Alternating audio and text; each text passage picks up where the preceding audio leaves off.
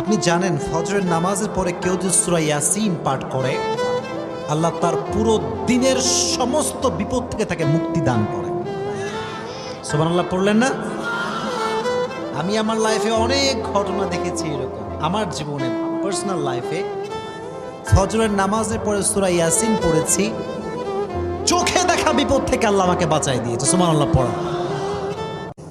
আপনি জানেন ফজরের নামাজের পরে কেউ যদি সূরা ইয়াসিন পাঠ করে আল্লাহ তার পুরো দিনের সমস্ত বিপদ থেকে তাকে মুক্তি দান করে। সুবহানাল্লাহ পড়লেন না? আমি আমার লাইফে অনেক ঘটনা দেখেছি এরকম। আমার জীবনে পার্সোনাল লাইফে ফজরের নামাজের পরে সূরা ইয়াসিন পড়েছি, চোখে দেখা বিপদ থেকে আল্লাহ আমাকে বাঁচাই দিয়েছে। সুবহানাল্লাহ পড়া।